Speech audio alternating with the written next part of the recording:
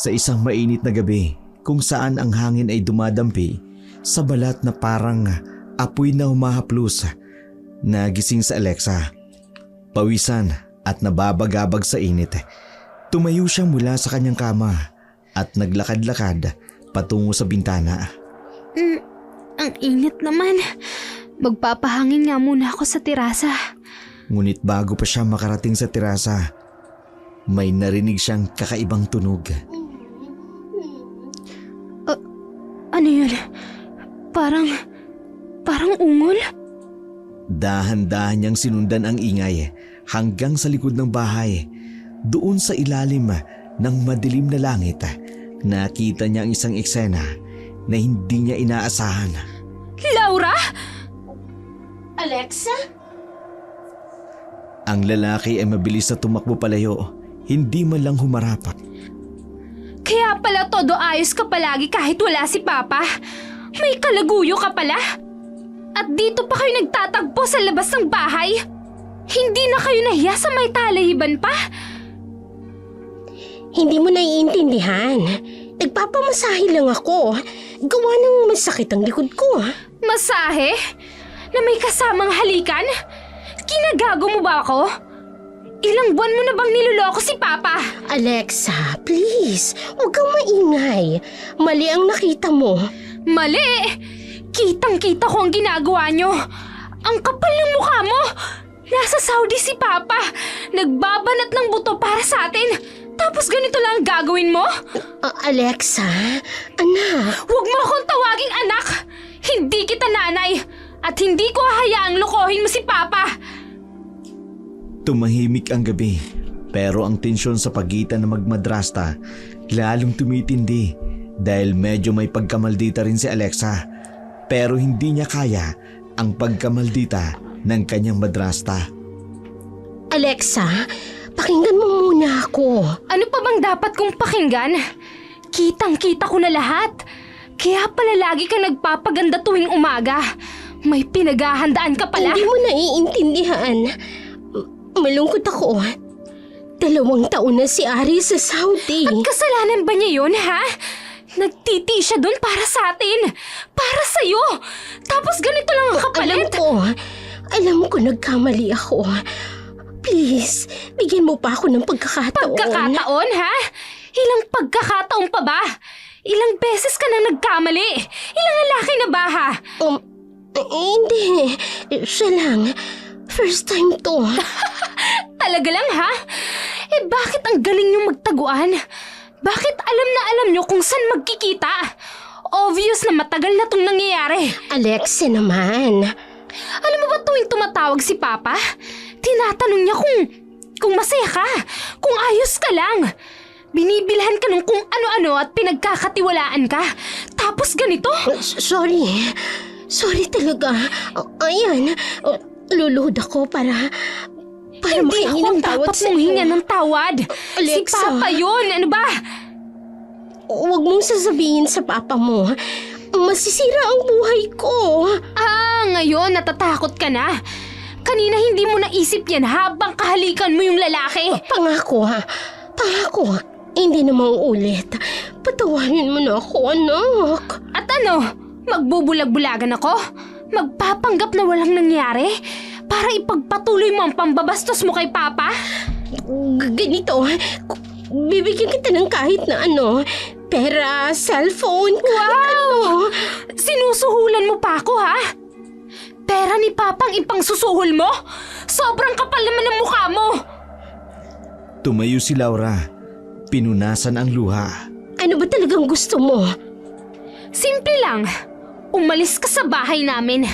Kung ayaw mong malaman ni Papa ang katotohanan, lumayas ka! Hindi ka naman talaga nabibilang dito eh. Hindi mo magagawa yan. Ako ang asawa ng papa mo. Live-in partner ka lang. At mas pipiliin ni Papa ang anak niya kesa sa babaeng nanloloko sa kanya.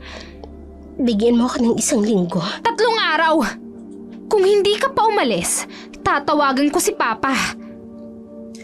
Tumalikod si Alexa. Iniwan si Laura na nakatayo sa dilim, tulala at luhaan.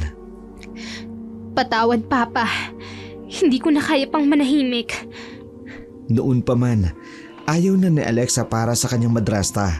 Ramdam kasi nito na makati ang babaeng nais ipagpalit ng kanyang ama sa kanyang inang namatay na. Pero dahil may kung anong karesma ang madrasta niya na ayaw iwan ng kanyang ama. Sa pagkakataon na yun, nahuli niya mismo sa akto ang babae, kaya ito na ang pagkakataon niya para paalisin ng papa niya ang babae sa bahay nila. Ngunit ang inaasahang kakampihan siya ng kanyang ama, ganito pa ang sinapit niya. Hello, Alexa! Papa, may importante po sana akong sasabihin. May sasabihin din ako sa'yo.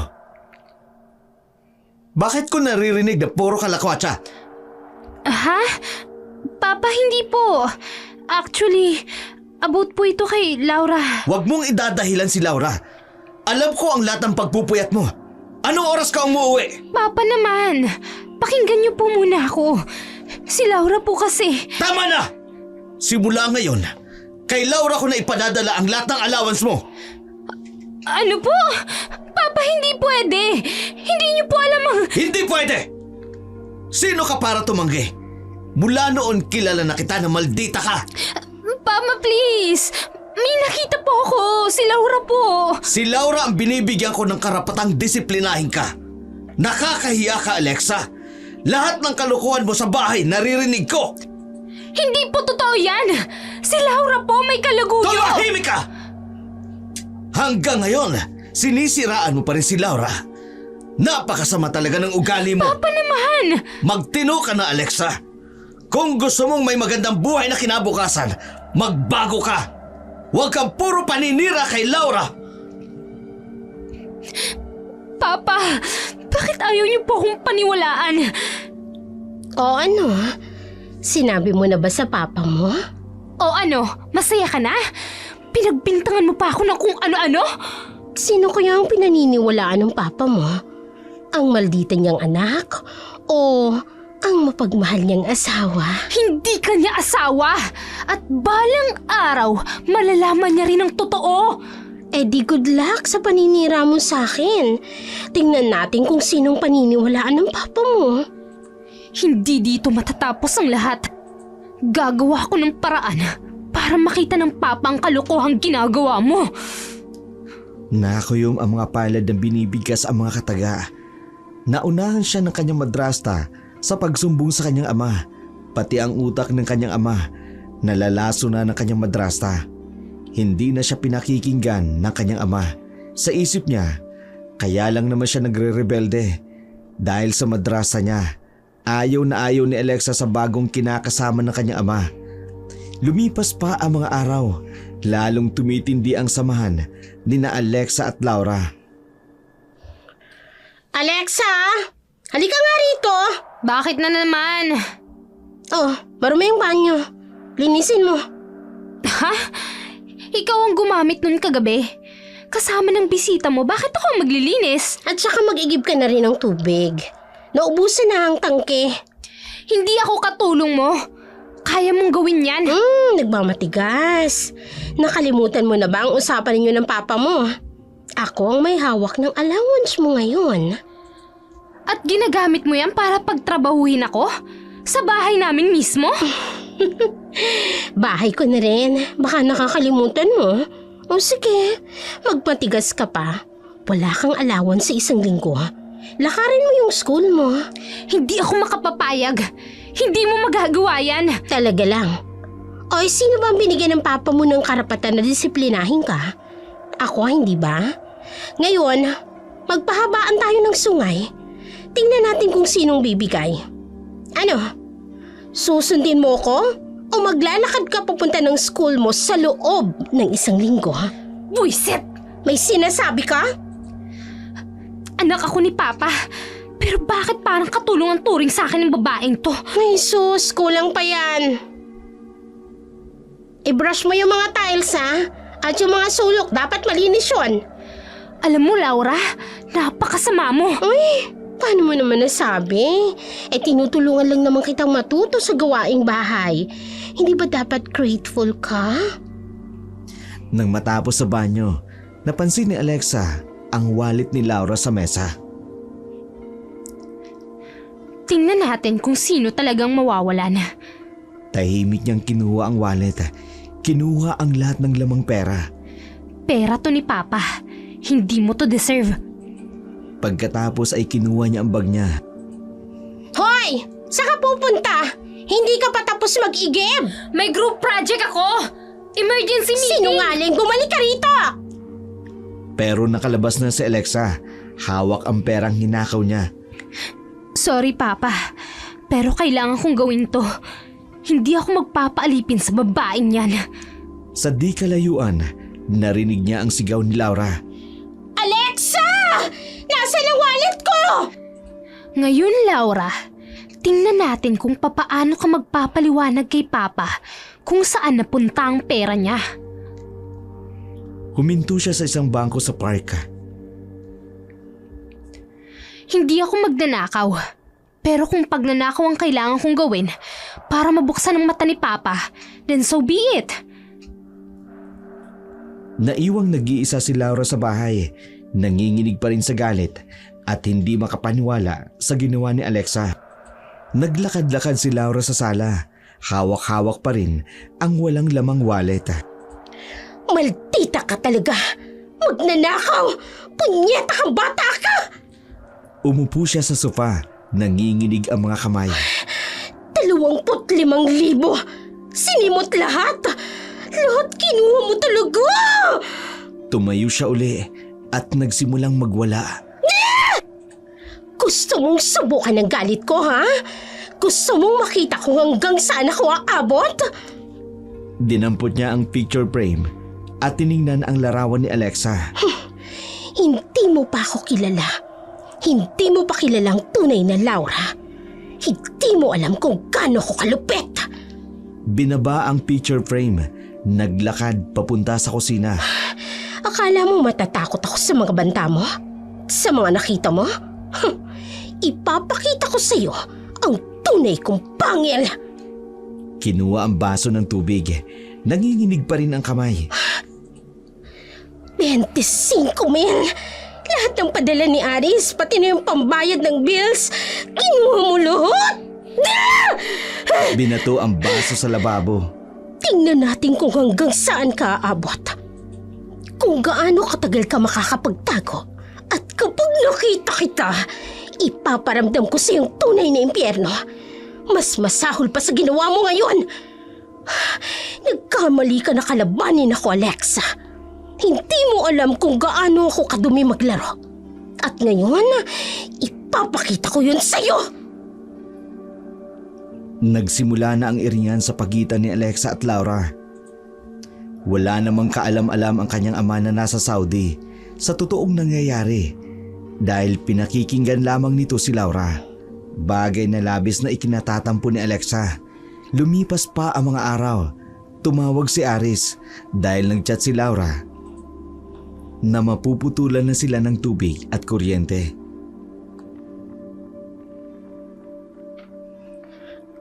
Hello? Mahal? Ano pang nangyayari dyan? Bakit may tumawag sa akin na mapuputulan kayo ng kuryente at tubig? Kukuin kasi, mahal eh.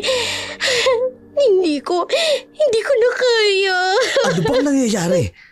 Nagpadala pa lang ako ng pera. Kasi si Alexa, yung huling padala mo, kinuha niya. Ano? Ninakaw niya lahat. 25,000, pati yung pambayad ng bills, sinimot niya lahat. Ano bang ginagawa ng anak ko na yan? Hindi ko na alam kung ano pang gagawin ko sa kanya. Sinubukan kong disiplinahin siya pero... Ayaw niyang makinig. Ayaw niya ngang makinig. Ang pinakamasakit pa, mahal. Tinawag pa akong pokpok. Ano? Sinisiraan niya ako. Hindi ko na kaya, mahal. Nasaan siya ngayon? Hindi ko alam. Hindi na siya umuwi. Kinuha niyang pera pagkatapos. Kunwaring hindi makapagsalita sa kaiiyak. Pwisit na yan. Ganyan ba ang itinuturo ko sa kanya? Ang magnakaw? Mahal, pasensya na. Ay, hindi ko napigilan. Sinubukan kong... Hindi mo kasalanan ito. Yang anak ko na yan, humanda siya sa akin. Mahal, huwag ka na magalit. Baka naman kasi may dahilan si Alexa. Dahilan? Anong dahilan? Naninakawan ka niya? Nasinisiraan ka niya?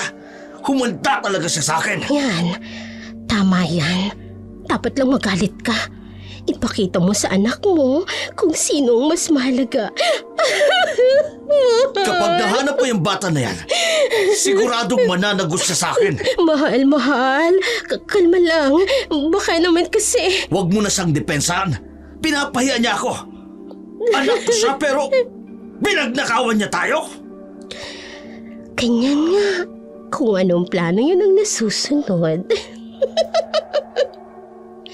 Oh, nasan ka na ngayon, Alexa? Tingnan natin kung sinong paniniwalaan ng papa mo. Tumingala siya sa kesame. Ay, salamat sa pagbibigay mo sa akin ng pagkakataon. Ngayon, manood ka kung paano kita sisirain. Completely. Patuloy ang pag-iinarte ni Laura sa telepono. Ginagamit ang bawat pagkakataon para siraan si Alexa. Ang totoo, mahal, nahihiya ako. Pero wala na talaga kaming makain. Bakit hindi mo kaagad sinabi sa akin? Mahal naman, ayoko maging pabigat. Sinubukan ko namang maghanap ng paraan eh. Pero yung kapitbahay lang ang nagpapautang sa amin ng pagkain. Naawa sa sitwasyon natin. Oh, Laura, mahal ko. Huwag kang mag-alala. Magpapadala ako ngayon din. Mahal naman, hindi na mo kailangang magmadali, mahal. Baka maubos lang din. Hindi. Hindi ka pwedeng magutom. Magpapadala ako ng 50,000. Mahal naman, sobra-sobra na yan. Para may pambayad ka ng mga bills at may panggastos kayo. Salamat, mahal. Hindi ko alam kung anong gagawin ko kung wala ka. Pero mahal, si Alexa, paano kung bumalik siya? Baka kunin niya ulit. Wag na wag mo siyang bibigyan kahit piso. Magdusa siya sa ginawa niya. Mahal, anak mo siya. Anak ko nga. Pero hindi ko tinuturuan na maging magdanakaw. Dapat lang na magdusa siya. 50,000? Mas malaki pa sa ninakaw ni Alexa. Ay, salamat sa drama lesson ko nung college. Nagagamit ko sa papa mo. Tingnan mo, Alexa. Hindi lang perang nawala sa'yo. Pati na ang pagmamahal ng papa mo, ninakaw ko na din. At hindi pa tong huli. Mas marami pang dramang ipapakita ko sa papa mo hanggang sa tuluyan kang mawala ng halag ka sa kanya. Tuluyan ang pinaniwalaan ng kanyang ama ang mga pag-iinarte ng kanyang madrasta. Tuluyan ang nalaso ng isipan nito. Pinaniniwalaan ang lahat ng sinasabi. Dahilan para tuluyan ang magkasiraan ang mag-ama. Wala silang kaalam-alam sa tunay na pagkatao ng kanyang madrasta. Ang paggastos nito sa kanyang hilig. Ang perang pinaghirapan ng kanyang ama. Isang gabi, nababagot na nag-iisa si Laura. Kaya nagpasya siyang lumabas. Napunta siya sa isang gay bar. Pumasok si Laura sa pamilyar na bar. Agad na hinanap ng mga mata niya si Gary. Ay, nandiyan ka na naman. Ang gwapong bartender na hindi ko makuha. Oh, Laura. Long time no see. The usual? Oo nga eh. Miss mo na ba ako, ha? Ikaw ba? Miss mo na ako? Bakit?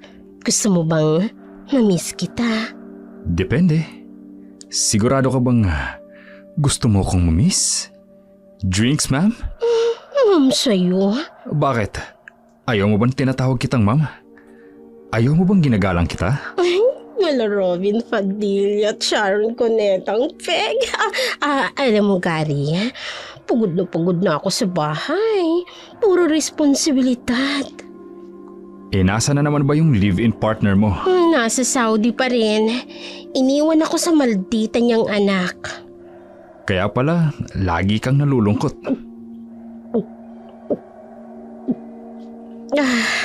Hindi naman lungkot. Pagod lang. Gusto ko lang ng excitement. Excitement? Sure ka?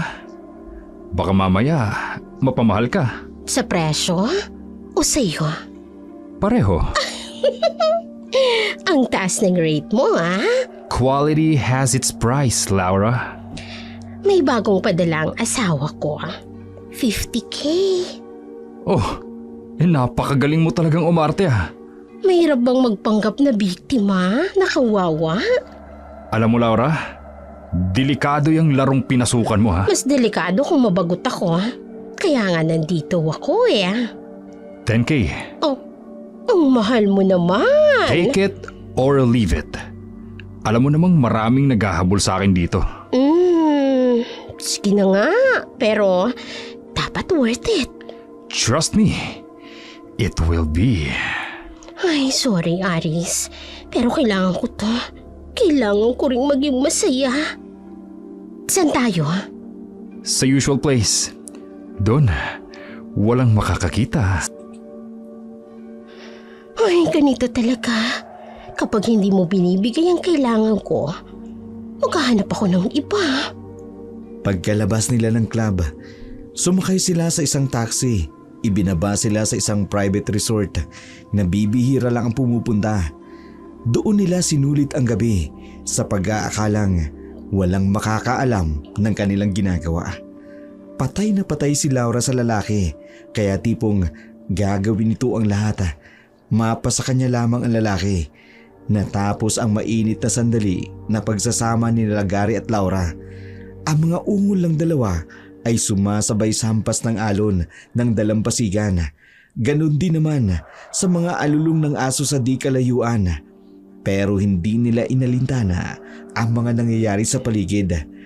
Pagkatapos ng mga ungol ng mga panandaliang aliw, nagsuot na ng damit si Laura na nakangiti. Ay, ang galing mo talaga. Worth it bang 10K? Oo naman. Ang tagal ko kaya hindi nakaramdam ng ganito. Lumapit kay Gary at hinaplos ang muka. Alam mo, walang tao sa bahay. Sa inyo? Delikado dun ah. Bakit naman? Nasa Saudi naman ang asawa ko. 2 taon pa bago umuwi.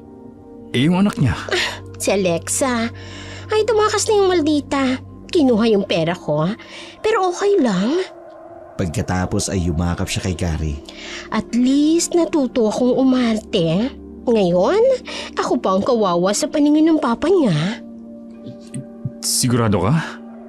Baka biglang umuwi. Hindi yan. Wala na siyang mukhang ihaharap sa papa niya.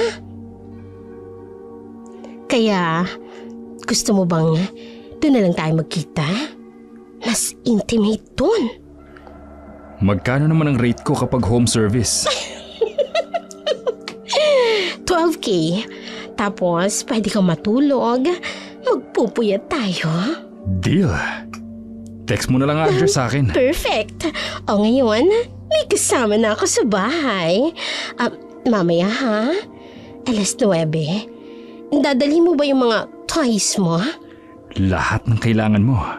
Basta't may bayad. Huwag kang mag-alala. May bagong padala naman si Aris bukas. Ay, sorry na lang. Hindi mo lang alam pero mas masaya ako ngayon kaysa nung kasama kita, Aris. Kinuha ang cellphone. Nag-text kay Gary ng address. Ay, finally. Hindi na ako magiging malungkot sa bahay. Thanks, Alexa. Dahil sa'yo, nagkaroon ako ng dahilan para maging masaya. 1 linggo matapos ang palagiang pagsasama ni Gary at Laura sa bahay mismo nila, isang balita ang nakarating kay Alexa tungkol sa kababuyang ginagawa ng kanyang madrasa sa bahay nila. Kaya naman, naisipan nitong umuwi sa kanila.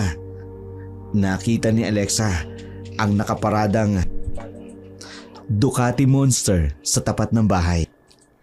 Motor ng lalaki. Ginawa mong motel ang bahay namin. Dahan-dahan siyang lumapit sa bahay. Napansing nakabukas ang pinto. Ngayon, mabubulgar ng tunay mong kulay. Naglakad siya papunta sa kwarto. Inilabas ang cellphone na bago pa man makalapit ay nakarinig na siya ng ungol ng dalawa mula sa silid.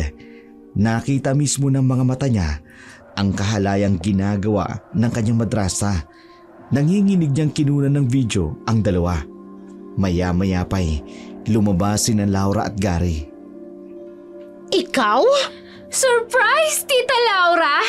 Na-miss mo ba ako? Anong ginagawa mo rito? Bahay namin to. Bahay ni Papa. Hindi mo motel.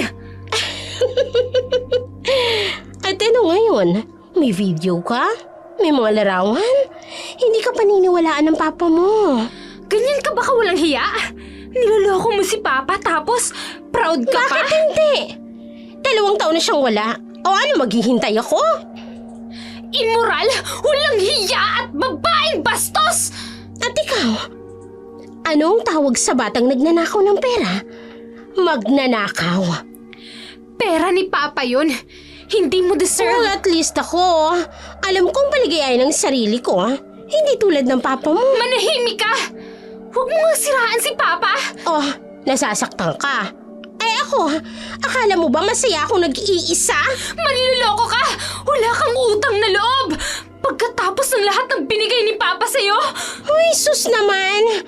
Kayamanan lang naman ang habol ko sa papa mo, tanga! Nagmamadali namang umalis si Gary sa eksena dahil wala na siyang magawa ng mga oras na yun. Pok-pok! Malandet! Walang hiya! Maldita! Bakit?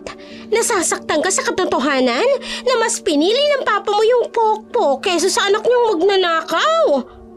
Napahawak sa dibdib si Alexa. Makikita ng Papa ang tunay mong kulay! Demonyo ka! Lumika ng tensyon ang hangin sa pagitan ng madrasta. Parehong nag-aalab ang mga mata sa galit.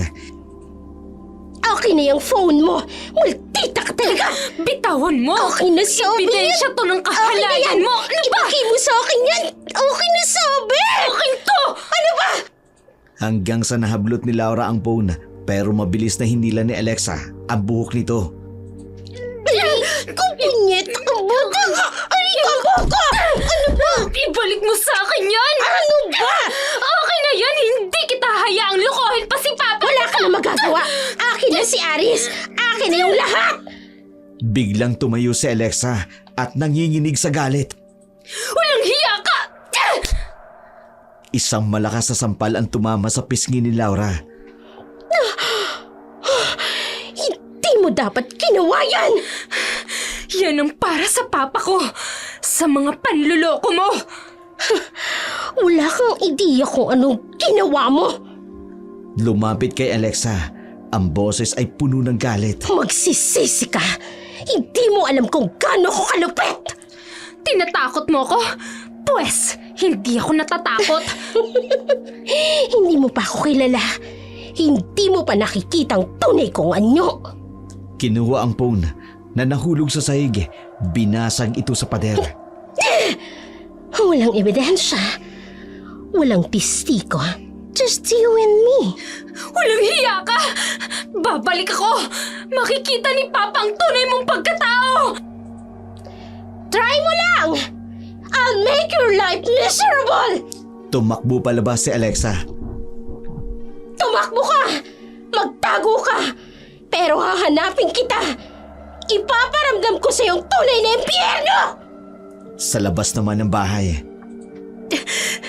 Papa, patawad. Hindi ko na kaya. Pero hindi ako susuko.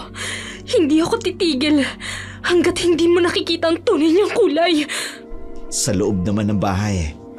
Sa salamin, hawak ang namumulang pisngi ni Laura. Just wait, Alexa. Ipapakita ko sa iyo kung paano maglaro ng madumi. Magsisisi ka at kinalaban mo ko.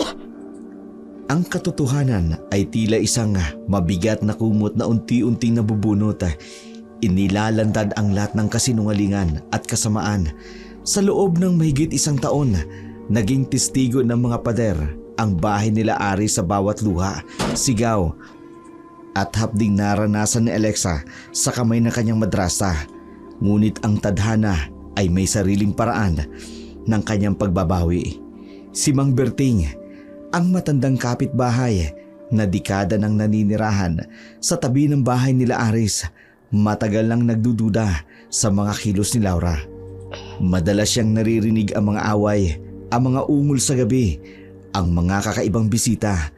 Hindi siya nagsasalita noon, ngunit nang makita niya ang video ng pag-aabuso kay Alexa, alam niyang hindi siya dapat manahimik. Sa Saudi Arabia, si Aris, ilang linggong ginugugol sa pagmamasid sa mga litrato at video na pinadala ni Mang Berting.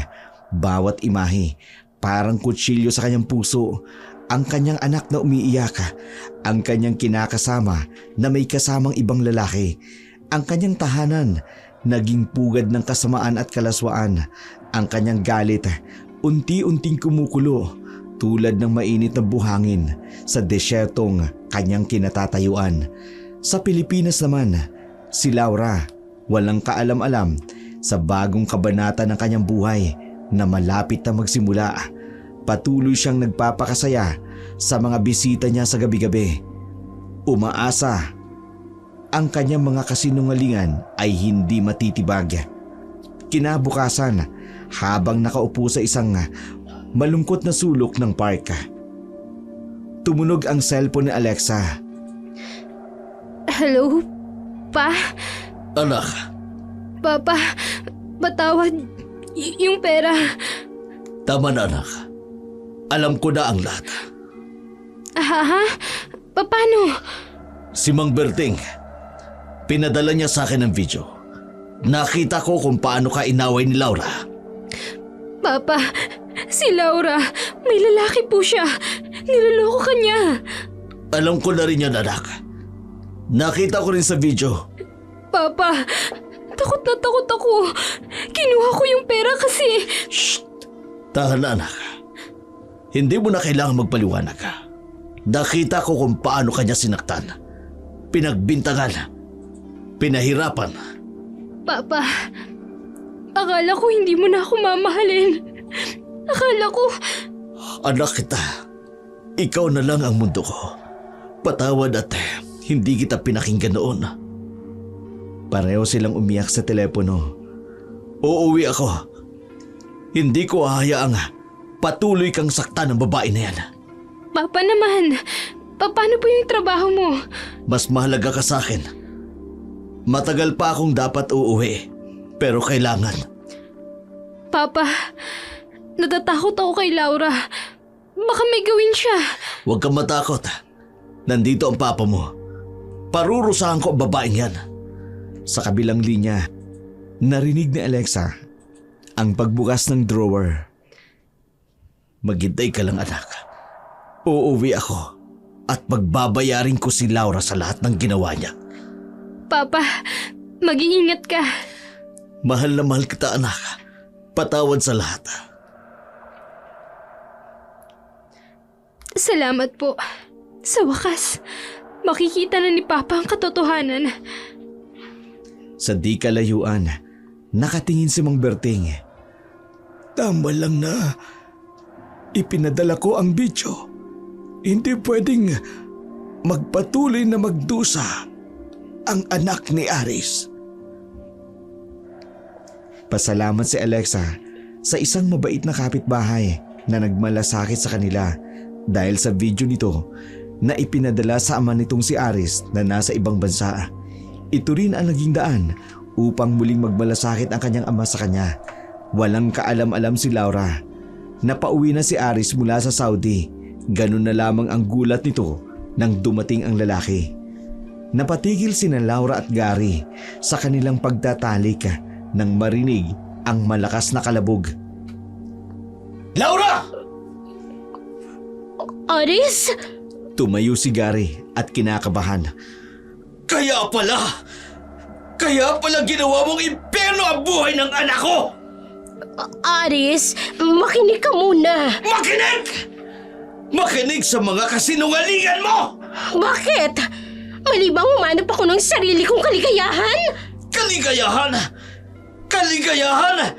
Ginawa mong motel ang pamamahay ko! Bahay mo? Bahay mo? Eh, saan ka ba? Nasa Saudi ka. Iniwan mo ko. Walang hiya ka! At ikaw! Ikaw! Sir, kalma lang. Huwag mo siyang saktan. Mahal ko siya. Mahal!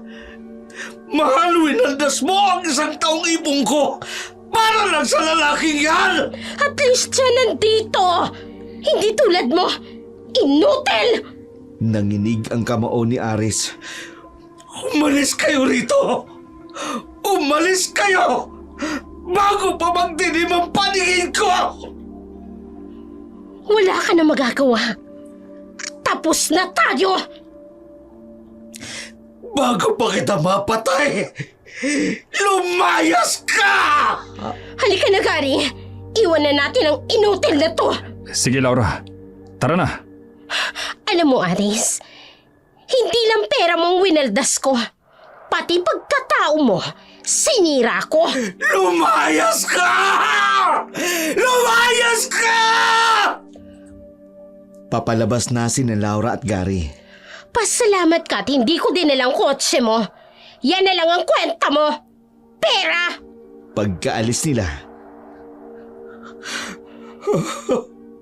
Diyos ko, bakit ganito? Bakit hinayaan ko masaktan niya ang anak ko? Halika na. Marami pa akong pera, Gary. Mag-enjoy tayo.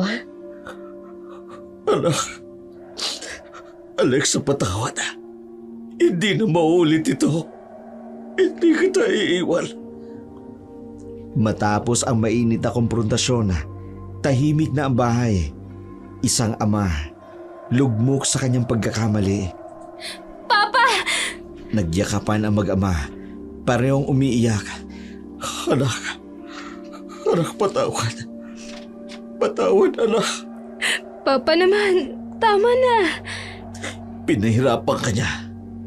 Hinayaan kitang magdusa sa kanya. Hindi mo kasalanan yun, pa. Niloko ka niya. Niloko niya tayong lahat. Dapat makinig ako sa'yo. Dapat pinaniwalaan kita. Pagkatapos noon, naupo sila sa sofa. Papa, yung pera, yung ninakaw ko. Tama lang ang ginawa mo, anak. Kinuha mo lang ang para sa'yo. Akala ko mawawala ka na sa akin. Akala ko mas mahal mo na siya. Hindi, anak. Ikaw lang. Ikaw lang ang mahal ko. Tiningnan ni Aris ang bahay. Linisin natin ang bahay. Aalisin ko ang lahat ng bakas niya. Opo, Papa. Magsisimula tayong muli. Mula ngayon, hindi na ako babalik ng Saudi. Dito na lang ako sa tabi mo. Pero Papa, paano po yung trabaho mo? May ipon naman ako. Mas importante ka sa akin. Tumayo si Aris, kinuha ang mga litrato ni Laura. Simulan na nating maglinis, anak. Papa, salamat. Sa'yo ako dapat magpasalamat. Ipinaglaban mo ang pamilya natin. At nagsimula nga maglinis ang mag-ama. Papa, promise me, Ano yun, anak? tayo na lang dalawa. Hindi na tayo magpapaloko. Pangako. Tayo na lang dalawa forever, anak.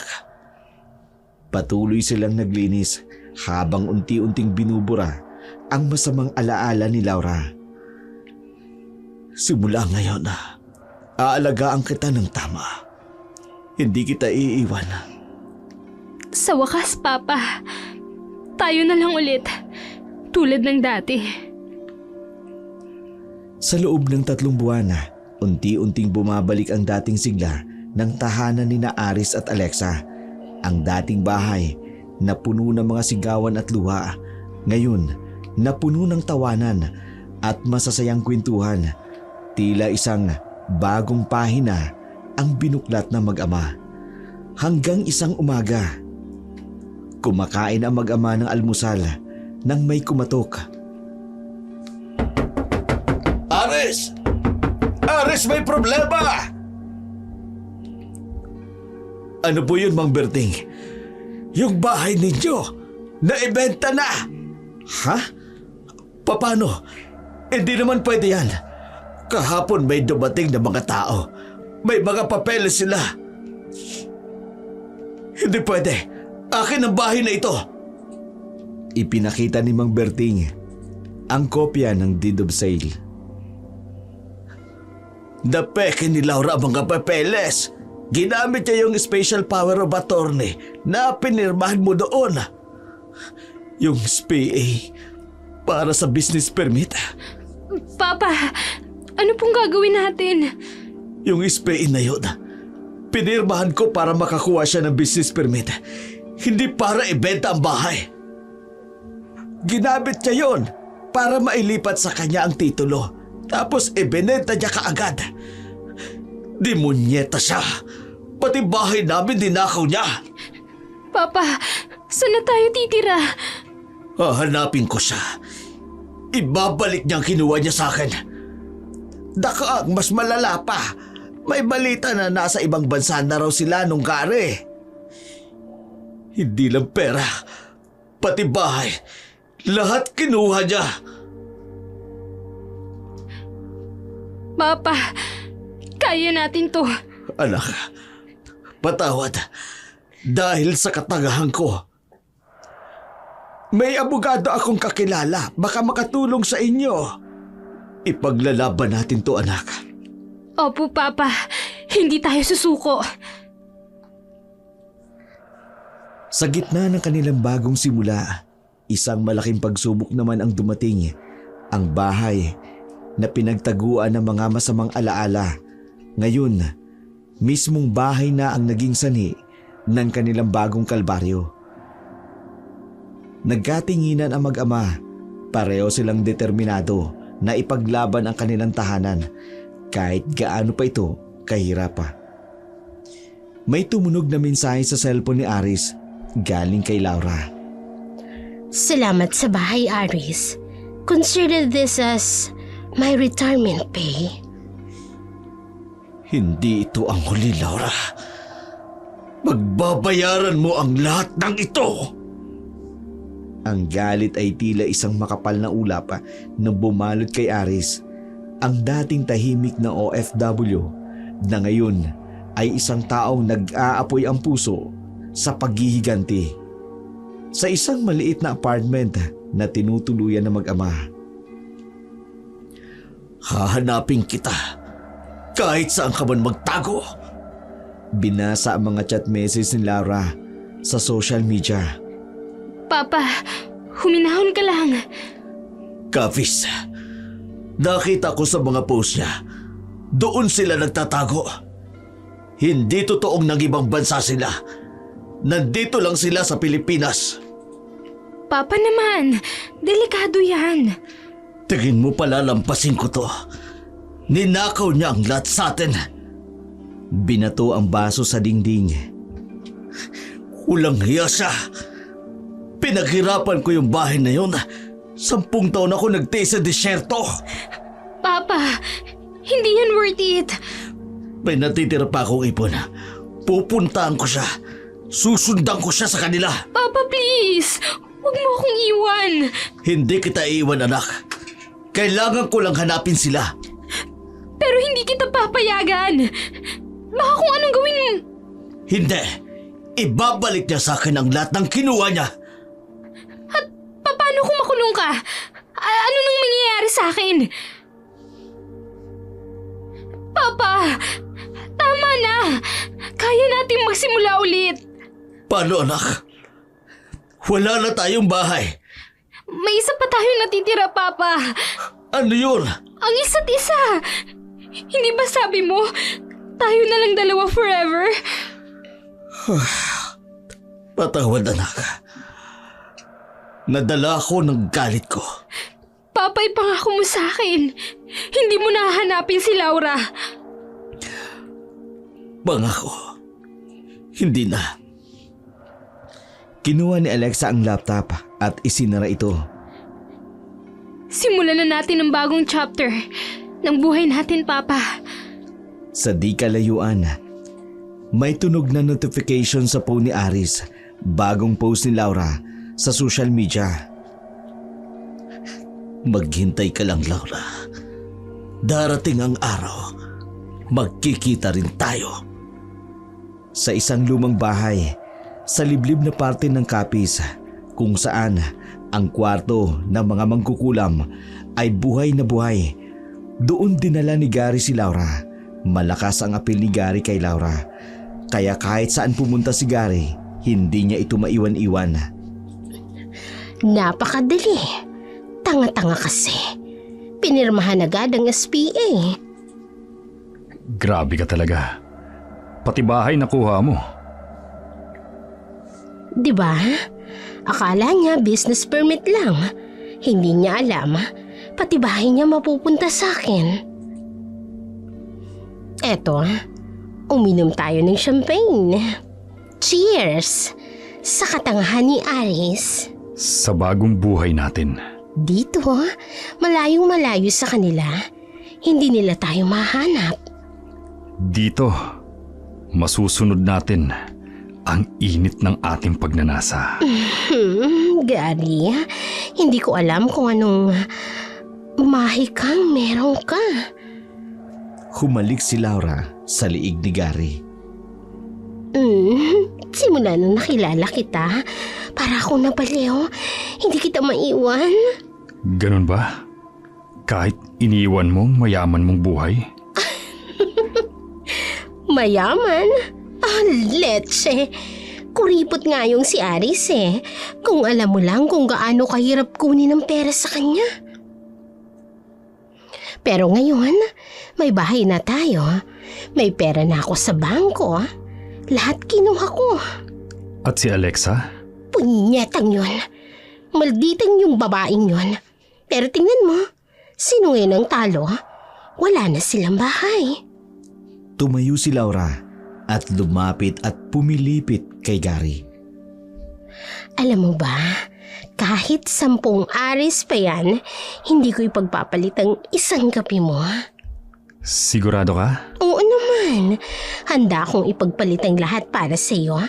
Para sa init ng katawan mo. Hinawakan ni Gary ang kamay ni Laura. Halika. May surprise ako sa'yo. Ano yun? May ipakikilala ko sa'yo. Ang pamilya ko. Oh yes! Finally! Akala ko hindi mo na ako ipapakilala sa kanila. Sigurado akong magugustuhan ka nila. Of course! Tingnan mo naman ako. Maganda, sexy at mayaman pa. Thanks na lang kay tanga. Ay nako, kung nakikita niya lang ako ngayon, masaya, malaya, hindi tulad ng boring kong buhay. Sandali na lang, Laura. Sandali na lang. I love you, Gary. Kahit kapalit pa ng kaluluwa ko, hindi kita bibitawan. Mapanganib ang mga kislap sa mata ni Gary. Be careful what you wish for, Laura. Be careful what you wish for. Hindi nahalata ni Laura ang pagbabago ng aura sa mukha ni Gary. Nabulag siya ng matinding pagnanasa sa katawan ng lalaki. Maya-maya pa'y dumulog na sila sa hapag. Kapansin-pansin ang dinuguang nakahanda sa hapunan ng pamilya ni Gary. Kumusta ang pagkain, ha? Masarap po, Lola. Ang sarap ng dinuguan. Special recipe yan ni Lola. Napansin ni Laura, nakatitig ang buong pamilya sa kanya. Bakit po? Wala, ha? Nasasarapan ka lang ba talaga? Biglang may narinig na kakaibang tunog mula sa labas. Ano yun? Huwag kang mag-alala. Normal yan dito. Maya-maya pa'y napansin ni Laura na lahat sila ay nagsisimulang magsuot ng pulang kwintas. Ano yan? Para sa proteksyon. Malapit ng bagong buwan. Nang gabing yun sa kwarto nila. Gary, bakit parang kakaiba sila? Masanay ka na.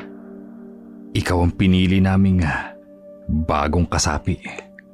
Kasapi? Saan? Gary! Oras na! Halika na, Laura. May ritual tayong gagawin. Ritual? Anong ritual? Ritual para i-welcome ka sa aming pamilya. Tradisyon kasi yan. Huwag ka nang tumanggi. Sakin mo na lang. Baka magalit si Lola. Ibang klaseng magalit ang lola ko. Sa unang gabi ni Laura sa probinsya, nakarinig siya ng mga kakaibang tunog mula sa labas ng bahay. Mga ungol na tila alulong ng hayop na hindi niya maipaliwanag. Habang naghihintay siya kay Gary at sa pamilya nito, tila may ginagawa sa loob na hindi niya maintindihan. Mag-isa si Laura sa silid, nakaupo sa kama. Ang tagal naman ni Gary. Biglang may maririnig na kakaibang kaluskos sa labas ng bintana. Ano yun? Susa ba yun? May narinig na malalim na ungol mula sa malayo.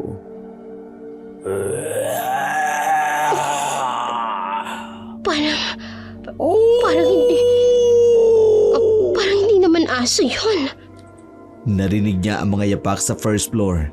Maraming tao, mga bulong at mga pagkanta sa ibaba. Bathala! Bathala! Gary? Lola? Anong ginagawa ninyo? Tumayo siya at sinubukang buksan ang pinto na nakalak. Bakit niyo kayo nilak dito? Mas lumakas pa ang ungol sa labas.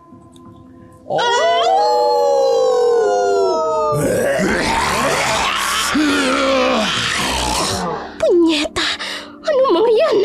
May dumaan na malaking anino sa bintana. Shit! Biglang tumahimik ang lahat. Absolutely silence. Gary! Nasaan ka? Natatakot na ako! May narinig siyang mga yapak paakyat sa hagdan. Mas humigpit ang hawak ni Laura sa kanyang kumuta. Oh, shit! Ano ba itong napasukan ko? Maya-maya pa may dumaan na anino sa ilalim ng pinto. Sino yan? Walang sumasagot pero may naririnig siyang hininga sa labas ng pinto. Gary! Kung ikaw yan, please buksan mo na to! Patuloy ang paghinga sa labas nang biglang may kumalabog sa bubong. May tumutulong tubig mula sa kisame. Pulang-pula. Gary! Gary! Nang mga sumunod na araw, napansin ni Laura ang kakaibang mga bagay sa pamilya ni Gary. Walang salamin sa buong bahay. Hindi sila kumakain sa tuwing umaga at tila mas buhay sila kapag gabi. Si Lola Sabel ang laging may pulang kwintas na hindi niya tinatanggal. Ang mga mata ng kanyang tiya Elena may kakaibang ningning tuwing tinitignan siya. Sa tuwing susubukan niya magtanong tungkol sa kanilang nakaraan, magaling silang lumihis ng usapan. Lola Sabel, matagal na po ba kayo rito sa lugar na to? Ilang dekada na rin Parang wala po kayong kapitbahay. Love, tikman mo tong dinuguan. Special recipe ni Lola. Napansin ni Laura na hindi kumukurap ang mga mata ng matandang si Isabel. Pork ba to, ha? Nagtawanan ang buong pamilya. Espesyal na karnihan, iha. Sekreto ng pamilya. Gaano na po katagal kayo rito sa Capiz? Siglo na, iha. Ay, dekada na. Napakanot ng noo si Laura sa kanyang narinig. Siglo? More food, love? Maya-maya pa narinig ni Laura ang bulong-bulungan ng mga nasa kusina. Malapit na ang ritual. Magandang nadala mo, Gary.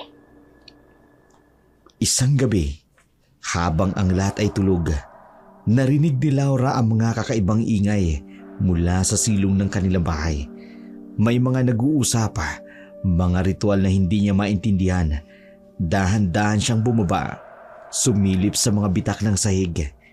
Doon niya nakita ang tunay na mukha ng pamilyang pinasok niya, si Gary, ang lalaking ipinagpalit niya kay Aris, ang nakatayo sa gitna ng bilog na gawa sa mga kandila. Ang kanyang mga matay pulang-pula, ang mga kuko ay humahaba. Si Lola Isabel ay nakataas ang mga kamay, kumakanta-kanta ng mga salitang hindi niya maintindihan. Ang kanyang balat ay unti-unting nagbabalata, naglalabasan ang mga ugata. Sa gitna ng kanilang bilog, may isang bangkay ng hayop. Isa-isa silang lumapit dito. Kumain sila tulad ng mga halimaw. Walang awa, walang pagkatao. Ang kanilang mga ngipin ay matataba at matatalim. Napahawak si Laura sa kanyang bibig para pigilan ang kanyang sigaw. Ang pamilyang akala niyang magbibigay sa kanya ng bagong buhay. Isang angkan pala ng mga aswang, ang lalaking ipinagpalit niya sa lahat, sa kanyang kinabukasan, sa buhay ni Aris at sa kanyang dangal, isa palang halimaw. Unti-unting humaba ang mga kuko ni Gary. Namumula ang mga mata ni Lola Isabel. Lumalaki ang mga pangil ni Tio Eleno. Inihahandog namin ang bagong dugo. Hindi totoo ito. May dinala silang katawan, isang baboy. Nagsimula silang kumain na parang mga hayop. Oh shit! Punyeta naman! Biglang tumigil si Gary. Umamoy sa hangin. May naaamoy ako. Pamilyar na amoy. Oh shit! Amoy ng bagong handog. Dahan-dahang tumakbo si Laura pabalik ng bahay. Hingal na hingal ito sa takot sa kanyang natuklasan. Oh shit! Anong mga to? Aswang? Tunay na aswang? Niloko ko ni Gary. Kaya pala may kung ano sa kanya na hindi ko matanggihan, na hindi ko maiwan-iwanan. May saaswang siya. Hindi, kailangan ko makaalis dito. Ito ba ang kabayanan ng ginawa ko kay Aris? Kung alam ko lang na itong kasasapitan ko, hindi na sana ako sumama sa lalaking to. Aris, patawanin mo ko. Ang laki ng kasalanan ko sa'yo. Love? Gising ka pa? Yes. Sama ka sa amin bukas. May special ceremony. Ceremony. Para sa'yo. Para maging tunay kang parte ng pamilya. Lord, paano ako makakatakas? Paano?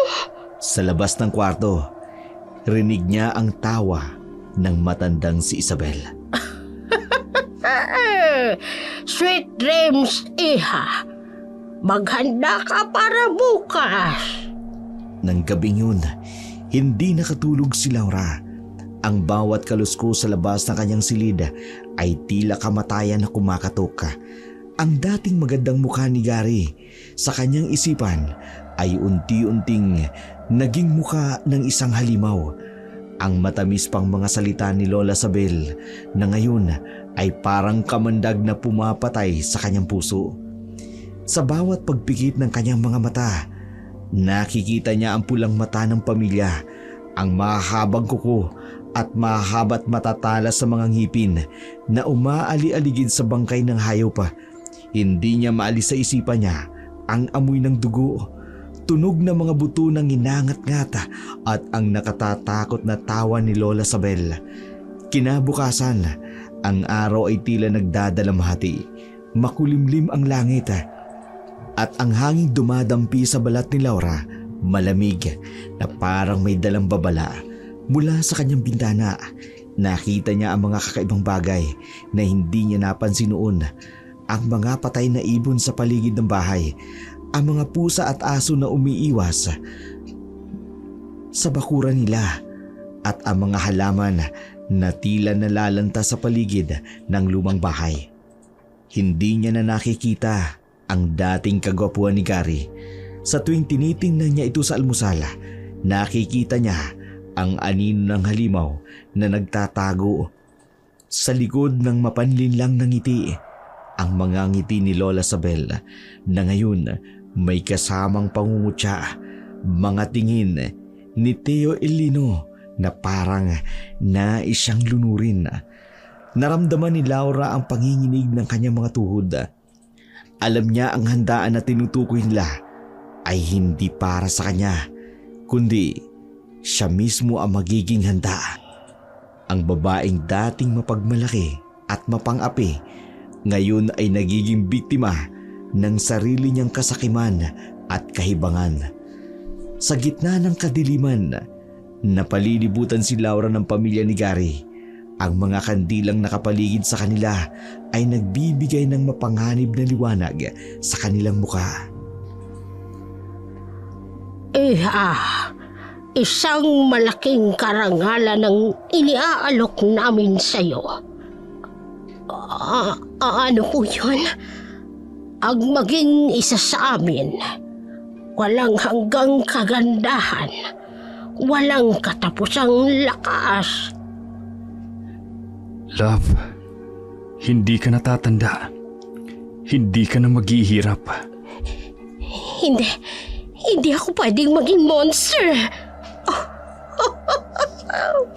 Monster!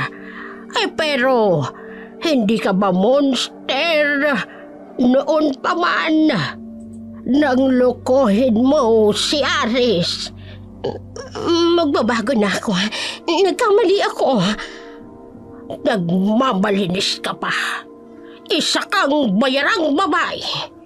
Akala mo'y nakalimutan namin kung paano mo inabandona ang pamilya mo. Para sa isang lalaking katulad ko, na hindi mo man lang kilala. Huwag ka nang magkunwaring dalisay. Makating babae.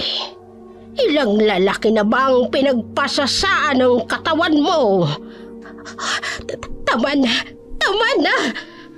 Ang marumi mong katawan ng kailangan namin para pagpalahian ng mga aswang.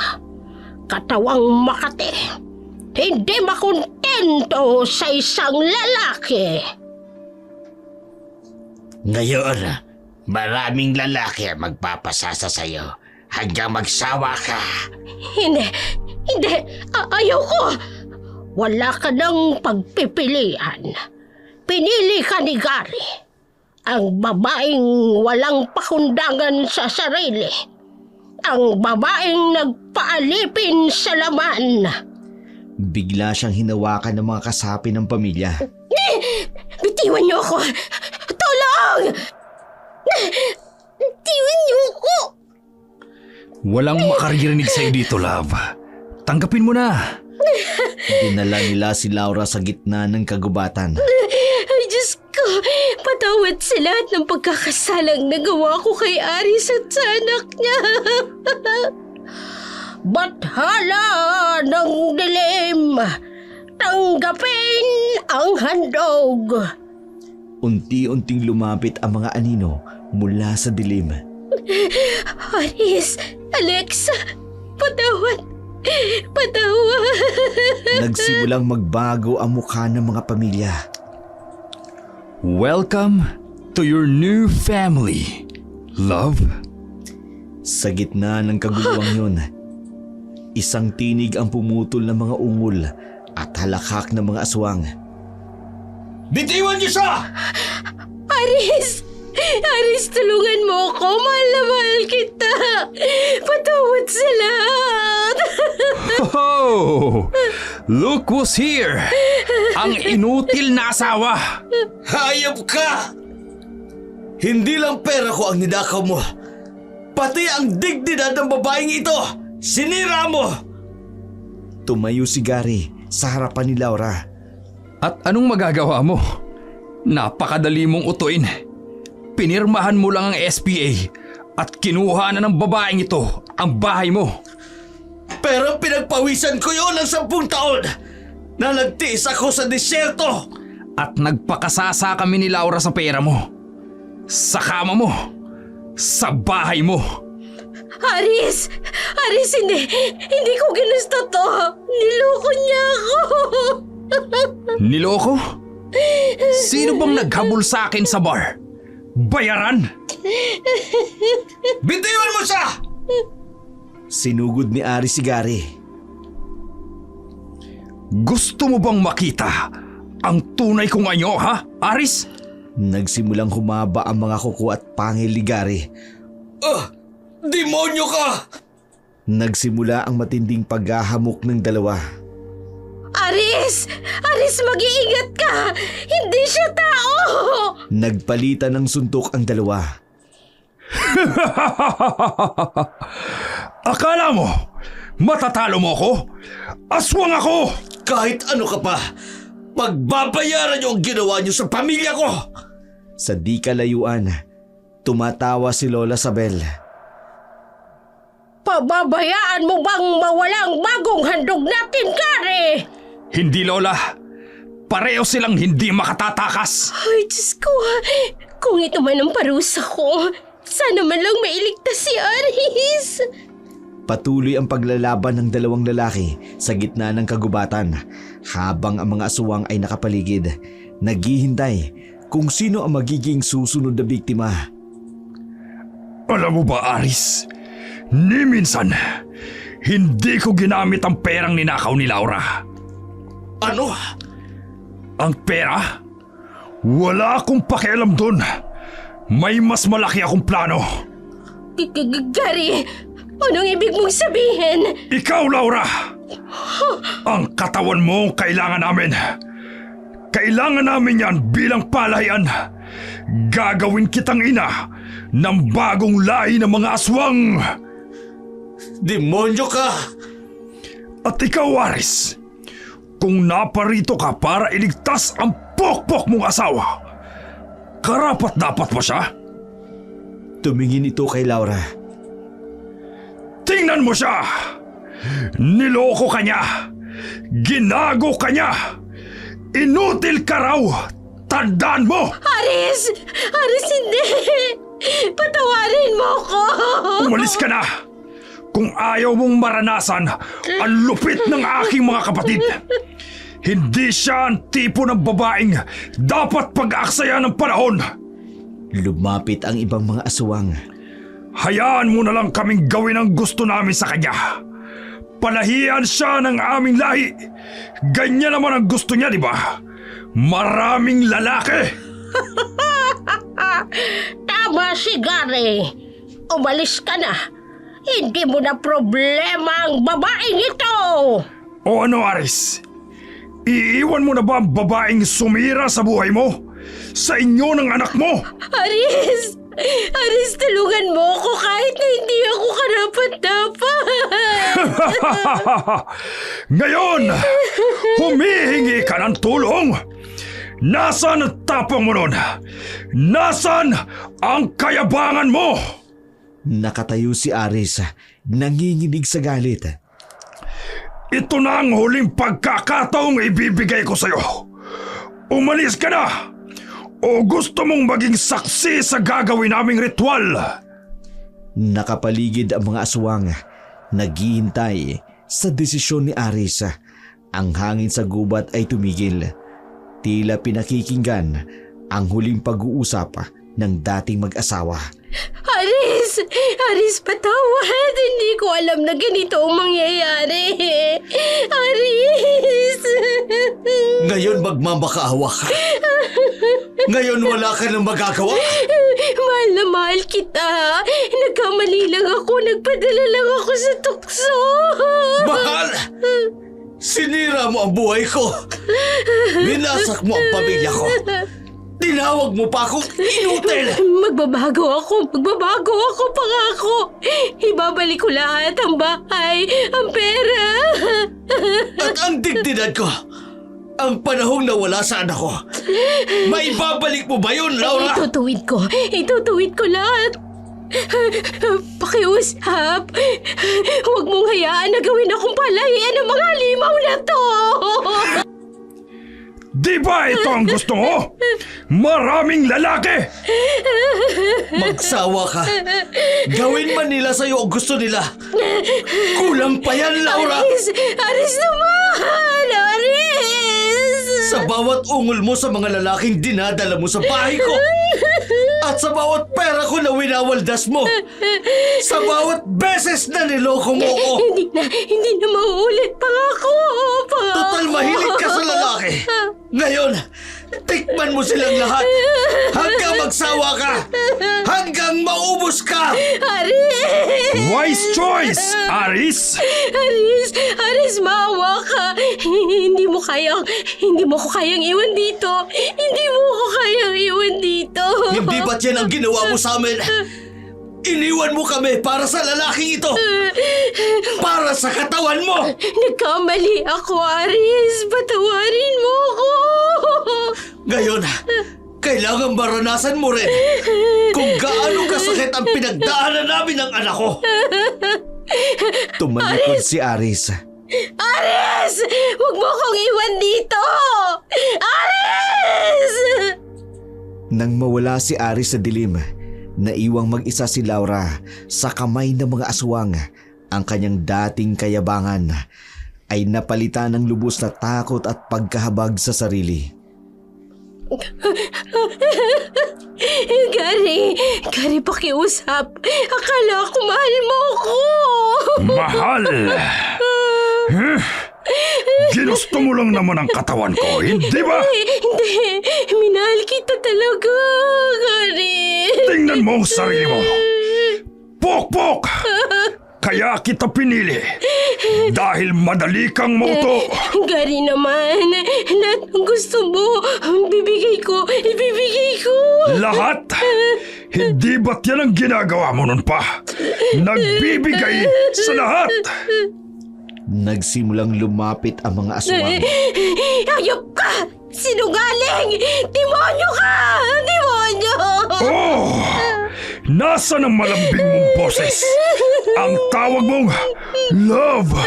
Nangiya ka! Niloko mo ko! Niloko! Sino bang magaling manloko sa atin dalawa? Hindi lang ni Gary si Laura. Bitiwan mo ko! Masama ka ngayon! Bitiwan mo ko! Alam mo, Laura? Ha? Alam mo ba? May karapatan kang magalit. Pero mas may karapatan kaming gawin sa'yo ang gusto namin. Nagsimulang magbago ang mga mukha ng mga aswang. Ayoko!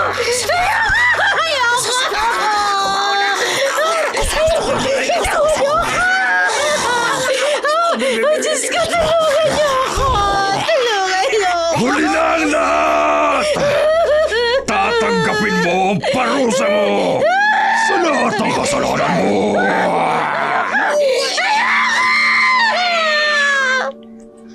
Ang mga sigaw ni Laura ay unti-unting nalulun sa dilim habang ang mga aswang ay nagsisimulang lumapit para sa kanilang ritual. Sa gitna ng kagubatan, ang buwan ay tinatago ng kanyang muka.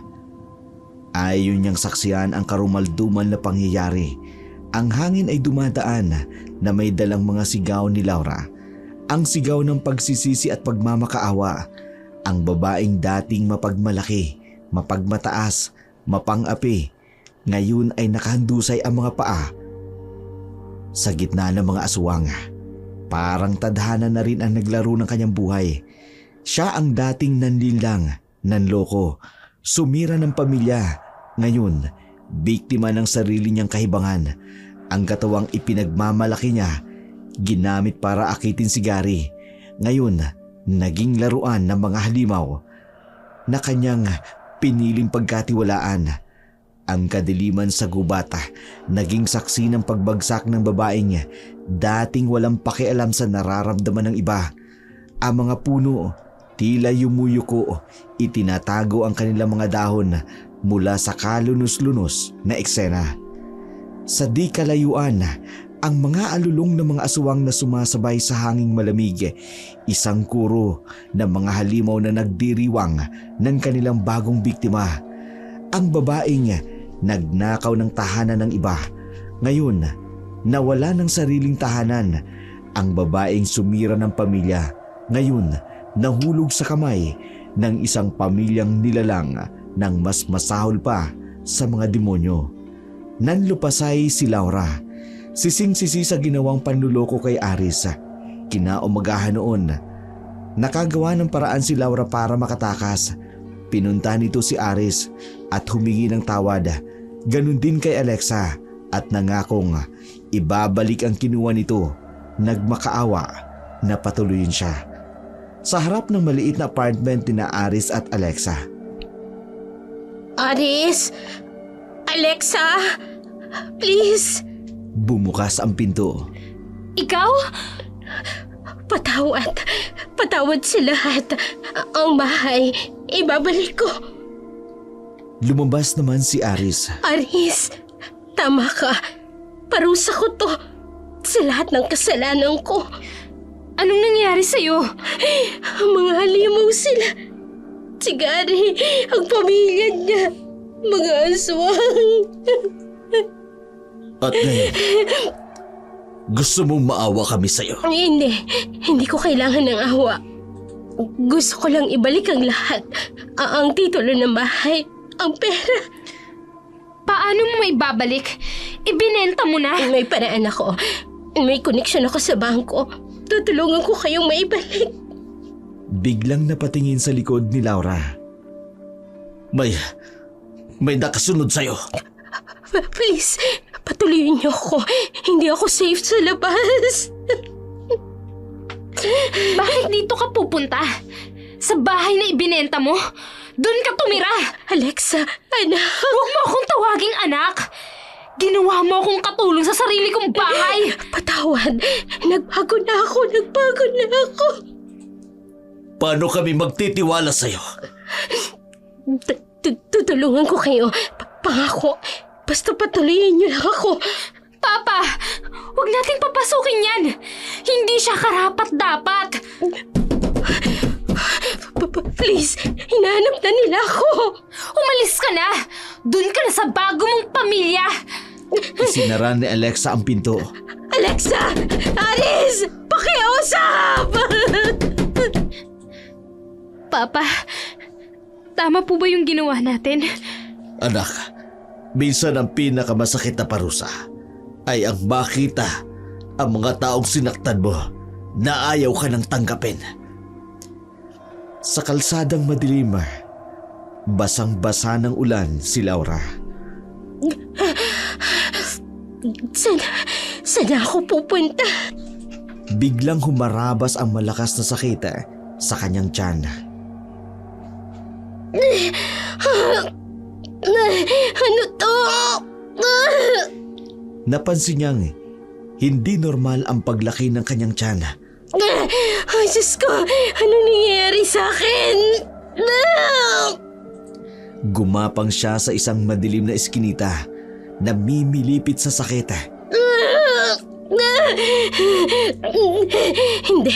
Hindi pwedeng mabuntis ako.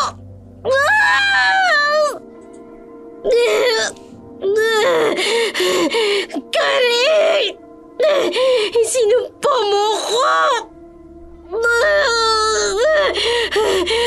Kakapit ako rito sa poste. Ang bilis lumaki ng tiyan ko. Tulong! Tulong!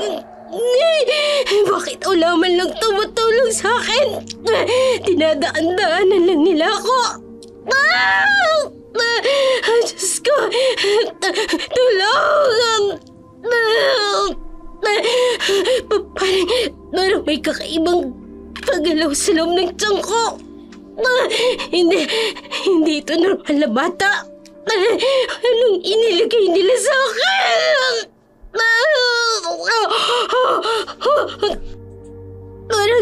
Parang sasabog ang tiyan ko. Aris! Alexa! Patawad!